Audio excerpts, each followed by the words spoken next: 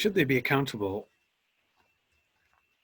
Yes, but I think a problem is that in many ways, it's up to policymakers to decide which economic ideas they're going to use. And policymakers ultimately, and politicians, ultimately, they have an accountability to their voters.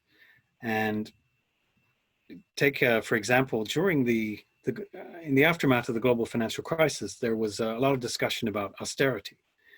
And there was strong forces arguing that, you know, the financial crisis opened up these enormous deficits, and we need to close those deficits as soon as possible, and through austerity and through fiscal consolidation. And that became very quickly adopted, even though the world economy was crying out for stimulus. It needed more spending, it needed investment in infrastructure, it needed public programs to create jobs, it needed social welfare. But yet policymakers adopted in Europe policies of austerity and in other parts of the world. And in some cases, this was generated by two pieces of work from academia. One was by the late Alberto Alessino, who recently died. And he basically argued that there were optimal debt levels, that if debt levels went beyond a certain amount, oh, actually, I'm confusing things here. Alessino's idea was actually the growth enhancing effects of austerity, that if you have fiscal consolidation, you reassure investors and they'll feel that they will invest in the economy because the public finances are in good order. So that was one idea.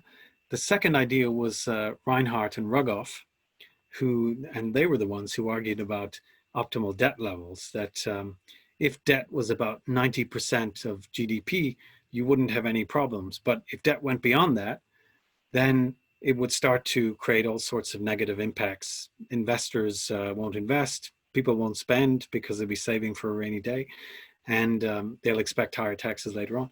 And so these debt levels become very damaging on the economy, so we should embrace austerity. These were two ideas which had a big influence on the policy debate, but the Alessina finding was very quickly refuted, that actually it was an empirical finding. There are many different empirical findings which show the relationship doesn't hold. So it's a pretty fragile result. I wouldn't say it was strong enough to carry the day. And Reinhardt and Rugoff, it turns out there were actual mistakes in their spreadsheet, data errors, simple mistakes. But there was a group of politicians for which these ideas made a lot of sense and actually lined up very well with what they wanted to do anyway. And this is the problem. This is the accountability, because ultimately the profession, you know, you can have good economics papers and bad economics papers, and which have influence and which are taken up by policymakers. That's out of the hands of the profession. I mean, we do have peer-reviewed papers which are good housekeeping seals of approval. But in this case, these were two papers that hadn't been peer-reviewed. So I think that highlights that there's a lot of economics, and you can choose whatever economics suits you, suits your political and policy priors. And you can cherry pick the evidence. And oftentimes our methods are just flexible enough to give you the answer that you want. And so I think, yes, economists do have an obligation to do good science and good research, and to have the highest standards in the work that they do.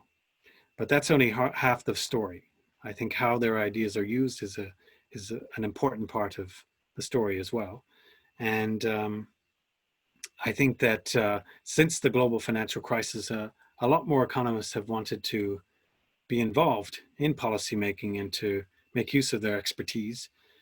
And I think that's a good thing. I think it's not good if economists are essentially just catering for academic demands, but there is a big public need to help understand a lot of issues and to use economic logic to deal with them. So that's a good thing. There's also, I think, one more thing to say on this is that, and I think it was another Nobel Prize winner, Ned Phelps, who said that we should be very careful with evidence. So economists would always say, well, we're an evidence-based profession. Our research is based on evidence. It's based on data. It's based on models. There may be issues with the models, but they correspond to good analytical rigor and good scientific work. But Ned Phelps said that we should be careful in a way because a lot of evidence that we produce is a product of the paradigm in which we operate. So a lot of empirical work tends to confirm the tenets of the paradigm that we have, or the paradigm that you believe in. And so it's even the way we generate national statistics, that's based on a paradigm that we operate in. If you think that, and if your axiomatic assumptions are that markets generate efficient outcomes, and that's the basis of your empirical work, then you'll generally tend to find that, yeah, markets are good ways of solving things. But that's because it's based within a paradigm. So we have to be wary of that. And there's good empirical work. There's less good empirical work. There can be improvements, and the improvements I mentioned before about taking this more integrative economics approach.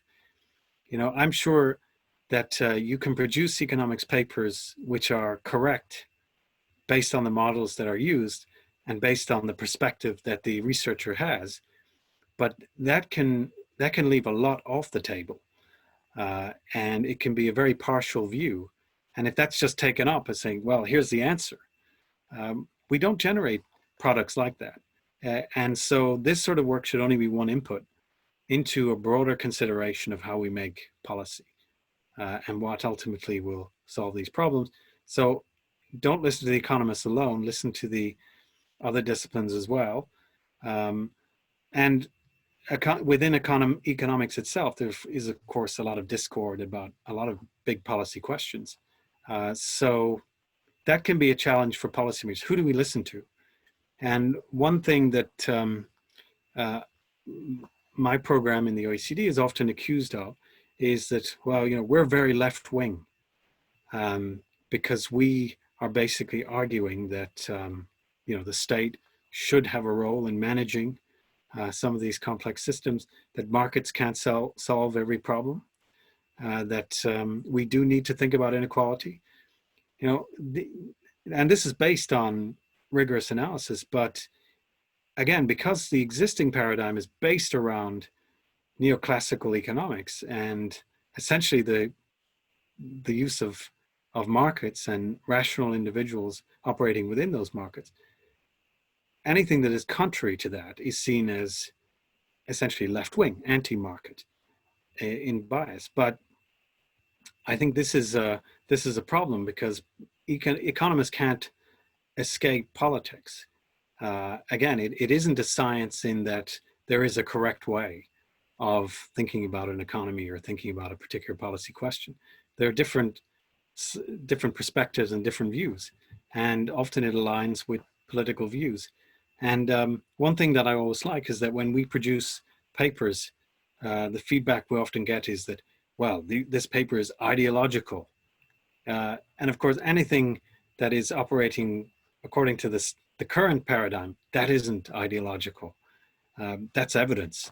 But anything outside of that, that is ideological. So it's a conceit. But it is a good way of keeping new ideas out of the discussion. And it's very easy for the opponents of new thinking to essentially write it off as just political. But they're being political themselves. I mean, if you believe that making labor markets very efficient is not political, or getting rid of unions because it's just a friction or a rigidity in our labor markets, that's an inherently political position. So that interplay between economics and politics, I think, is one we need to be very wary of, and it not let the political argument be used to cut off debate.